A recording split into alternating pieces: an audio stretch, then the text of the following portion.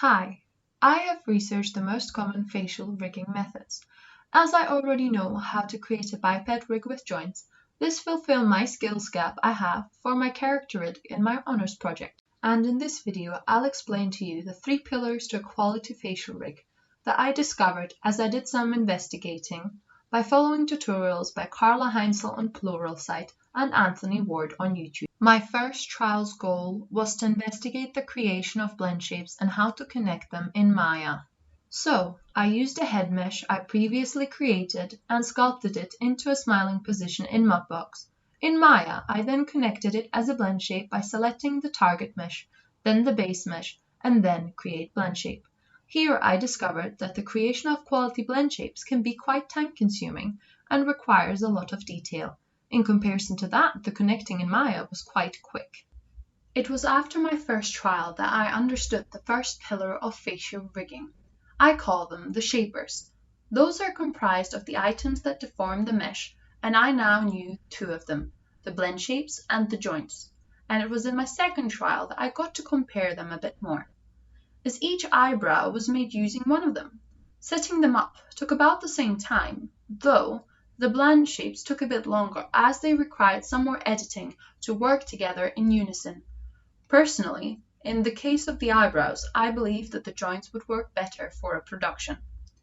Unlike the eyebrows though, the eyelids seem to work better with blend shapes, especially in regard to the character's blink, as the only fiddling they required was adding an in-between target for when the lid is halfway, otherwise it would go right through the eye. It is here that the control that blend shapes give us over the final shape can really be appreciated. Where the choice between joints and blend shape isn't so clear is the mouth area. While blend shapes seem to be good to get into certain mouth shapes, they do have a lack of flexibility in some places. To find the balance between the flexibility and the ease of use, I have opted to combine them by using joints with corrected blend shapes. More on that in the next section. Since my second trial covered the creation of an entire head, I was able to pinpoint the 2 other pillars of a quality facial rig, the controls and the connections. There are many options for both of those pillars, but in this trial I learned how to create slider controls for a user interface that floats next to the character's head.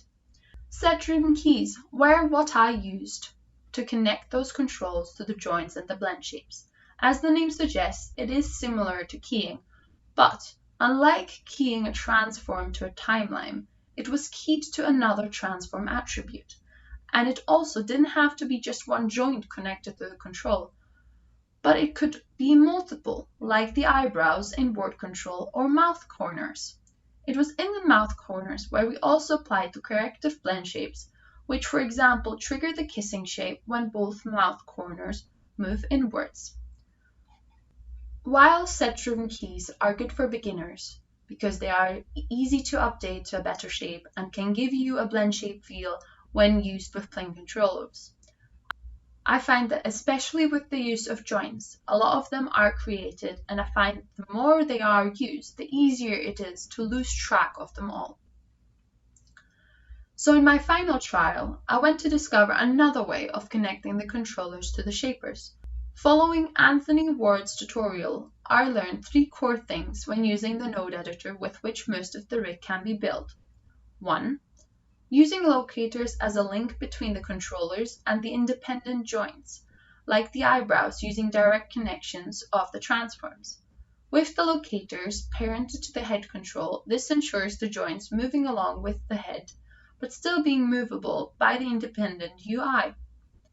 2nd, now involving the node editor, the use of condition nodes to connect the mouth corner control to the blend shapes. This also involves the multiple divide node to adjust the values transferred between the control and the blend shape to a more reasonable setting to make sure the blend shape doesn't go above the value of 1 too easily. And thirdly, the blend colors node that is used for many kinds of switchers, and in this case the switch for the sticky lips control.